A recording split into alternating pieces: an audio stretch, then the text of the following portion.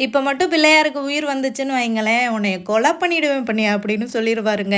"நீ பிள்ளையார் செஞ்சு என்னைய சாமி கும்பிடாட்டாலும் பரவால்ல. தயவுசெய்து இந்த மாரி ஒரு பாடு மட்டும் என்னைய படுத்தாத" அப்படின்னு தான் பிள்ளையாரோட மைண்ட் வாய்ஸ் இருக்கும்னு நெனைக்கிறேன். க்ளோஸ்அப்ல காமிக்கிறேன். கொஞ்சமாச்சும் பிள்ளையார் மாரி தெரியுதான்னு சொல்லுங்க. நீங்க சொல்ற கமாண்ட் தான் எனக்கு கொஞ்சம் ஆறுதலா இருக்கும். ஏன்னா வெளிநாடுகள்ல இந்த களிமண் பிள்ளையார்லாம் கிடைக்காது. சரி இந்த விநாயகர் சதுர்த்திக்கு நம்மளே வந்து நமக்கு தெரிஞ்ச மாரி ஒரு பிள்ளையார செய்வோம்னு சொல்லிட்டு, எங்க வீட்டு பக்கத்திலேயே களிமண் இருக்கா, அத எடுத்து தான் வந்து செஞ்சுட்ருந்தேன். சரி எப்படி வந்தாலும் பரவால்ல. கடவுள் வந்து நம்மளோட மனச தான் பார்ப்பாரு. நீ இத படைச்சிருக்க, நீ அப்படி படைச்சிருக்க, இப்படி படைச்சிருக்கன்னு மனுஷங்க மாதிரி பிரிச்சு பார்க்க மாட்டாரு. அதனால எனக்கு தெரிஞ்ச பிள்ளையார நான் பண்ணிட்டேங்க. காலையிலேயே பசங்கள கொண்டு போய் ஸ்கூல்ல விட்டுட்டு, அப்படியே பக்கத்தில மார்க்கெட் இருக்கா, அங்க போயிட்டேன். தேங்காய், வாழைப்பழம், வாழை இலை இதெல்லாமே வாங்கலான்னு சொல்லிட்டு, ஒரு கடையில இந்த பழத்த பார்த்தேங்க. இது என்னங்க வித்தியாசமா இருக்கு. இது பழமா, காயா என்னன்னே தெரியல. அவங்க கிட்ட கேட்டேன்.